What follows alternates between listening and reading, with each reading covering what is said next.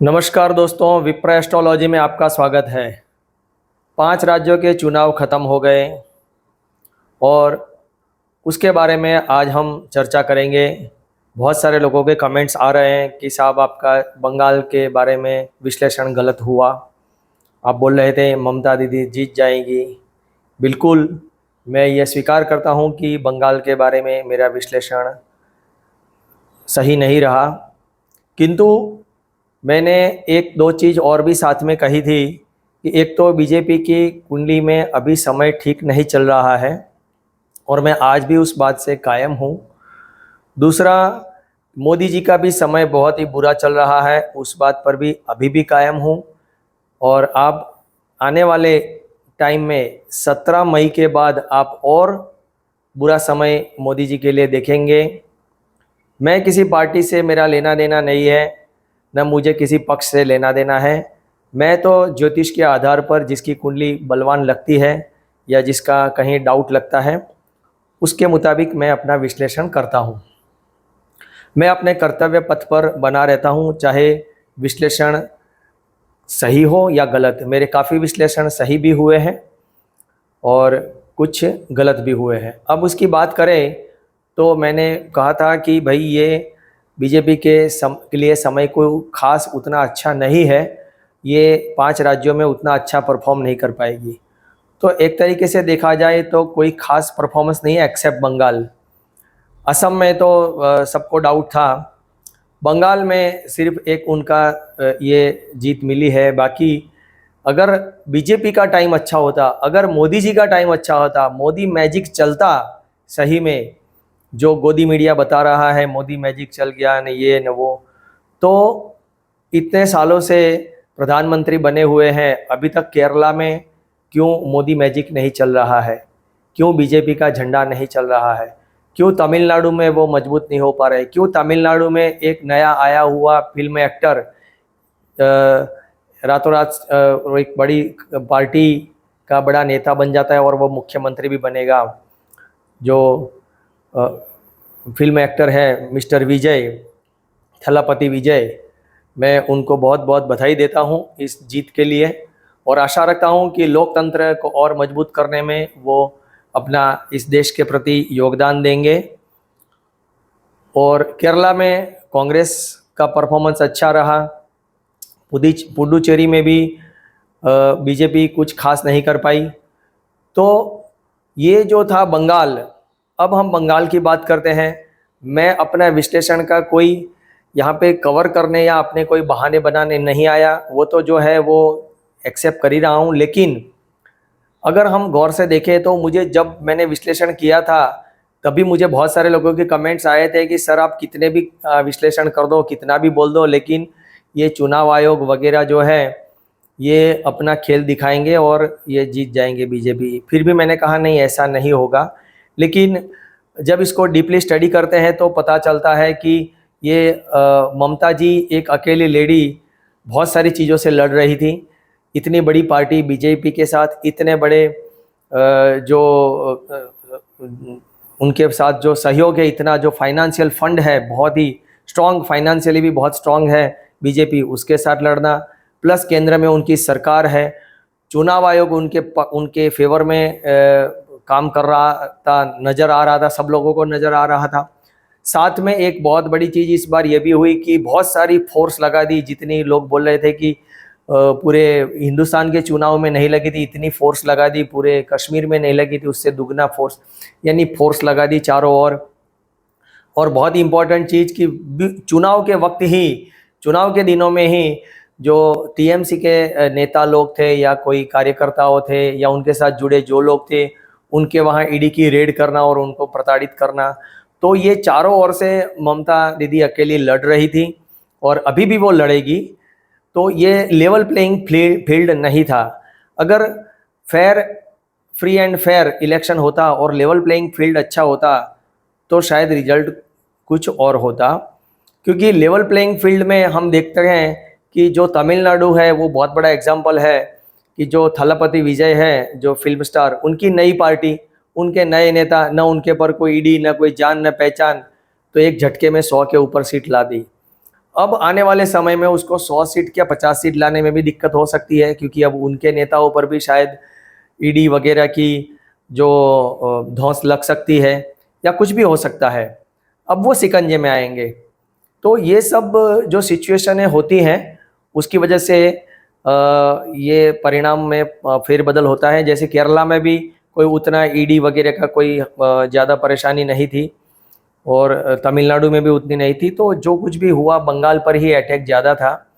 तो फिर भी मैं ये कहूँगा कि नो डाउट मेरा जो विश्लेषण था वो तो सही नहीं हुआ, लेकिन कि ममता दीदी मेजोरिटी तो नहीं ले पाई, लेकिन इतनी परेशानी के बावजूद वो 80-90 सीट या 95 सीट जीत कर आई है, वो भी एक काबिले तारीफ है। और जो कुछ भी हुआ वो एक तरीके से अच्छा ही हुआ, क्योंकि मैं आज भी ये कह रहा हूँ कि ममता दीदी के ग्रह बहुत बलवान है, बहुत स्ट्रांग है। अब वो उनकी एक नई इनिंग स्टार्ट हो जाएगी, और वो नई इनिंग में अब वो इंडिया गठबंधन को और मजबूत करने में लग जाएगी, और नेशनल लेवल की नेता बन जाएगी। जो बंगाल पकड़ के बैठी थी, अब वो इंडिया लेवल की नेता बन जाएगी, क्योंकि वो जो लीडरशिप क्वालिटी उनके अंदर है वो शायद किसी और में है। तो लीडरशिप क्वालिटी ममता दीदी में है। ममता दीदी की कुंडली में, मेरे पास जो समय परफेक्ट नहीं है, तो वो कुंडली में जो कर्क का गुरु है उनका वर्गोत्तम, लोग उनकी कुंडली में शनि देखते हैं, ये देखते हैं, वो मैं उनकी कुंडली में सबसे ज़्यादा स्ट्रॉन्ग जो प्लेनेट जो मुझे दिखा है वो ही है वर्गोत्तम गुरु। वर्गोत्तम गुरु जो है वो उनको फिर से एक नई ऊंचाई पर ले जाएगा आने वाले समय में।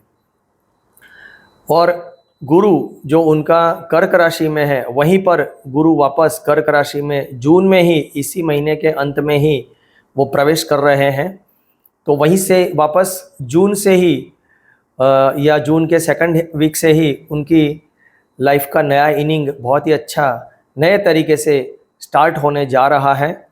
और उनका जो राशि जो है वृषभ राशि और कृतिका नक्षत्र, तो अग्निदेव का प्रभाव है, वो उनको सहयोग करेगा, और वो एक बहुत अच्छे नेता के तौर पर नेशनल लेवल पर अब वो उभर कर आएंगी। और बड़े बड़े जो और भी पार्टी के नेता है वो उनकी बात मानेंगे, और वो भी सबको साथ लेके चलने की भावना रखेंगे।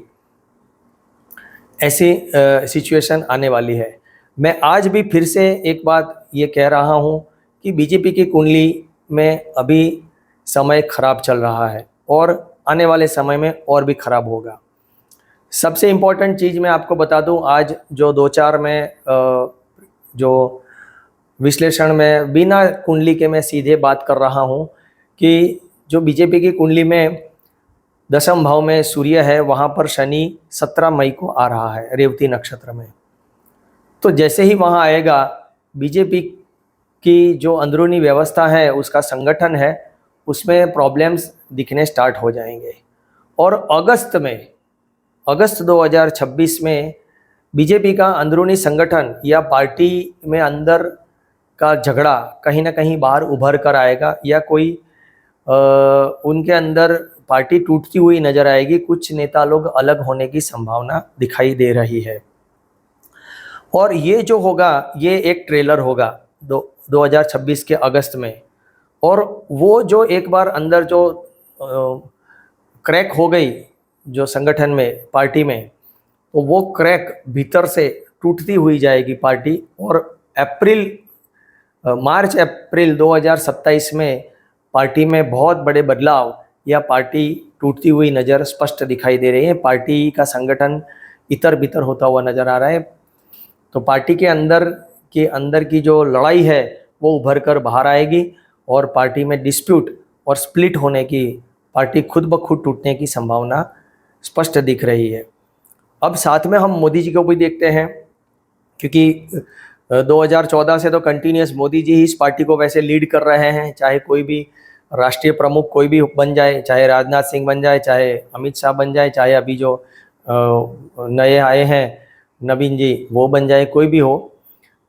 तो मैं पहले भी कह चुका हूं, आज फिर से कह रहा हूं कि मोदी जी का समय बुरा चल रहा है और भी बुरा 17 मई से स्टार्ट हो जाएगा। 17 मई के बाद आप देखिएगा सितंबर अक्टूबर तक तो उनको और परेशानी बढ़ जाएगी और उनको कैसे गवर्नमेंट चलानी है, क्या करना है, बहुत सारे प्रॉब्लम्स उनको फेस करने पड़ेंगे और उसमें वो शायद उनको इतना स्ट्रेस लेवल पर आ जाए कि पद छोड़ना पड़ सकता है। अगर वो घटना अगस्त सितंबर तक नहीं हुई, क्योंकि अगस्त में ऑलरेडी पार्टी का सूर्य भी पीड़ित हो रहा है और मोदी जी का सूर्य भी पीड़ित हो रहा है, दोनों ही शनि से पीड़ित हो रहे हैं वो भी। और जो आने वाला समय है नेक्स्ट ईयर फरवरी मार्च, उसमें फिर से शनि महाराज रेवती में जाएंगे, तो उस वक्त तो उनको संभालना, अगर इस दौरान मोदी जी ने संभाल लिया अगस्त सितंबर में, तो नेक्स्ट ईयर मार्च अप्रैल में जो घटना ऐसे बनेगी कि मोदी जी को संभालना बहुत कठिन हो जाएगा। बहुत ही शायद जन आक्रोश या बड़ा जन आंदोलन देखने को मिल सकता है और मोदी जी को अपना पद त्यागने की संभावना बहुत नज़र आ रही है। तो मैं ये आप लोगों को या जो भाजपा के विरोधी हैं उनको खुश करने के लिए नहीं बोल रहा हूँ, न भाजपा के जो मानने वाले हैं उसको दुखी करने के लिए बोल रहा हूँ। जो मेरे को ज्योतिष में एस्ट्रोलॉजिकल जो मुझे दिख रहा है, आप कुछ भी कह लें, ये घटनाएं अपने आप एकदम से नहीं दिखती, लेकिन आने वाले समय में वो आपको विस्फोट जैसे एटम बम फूटता है वैसे ही होने को देखने को मिलेगी।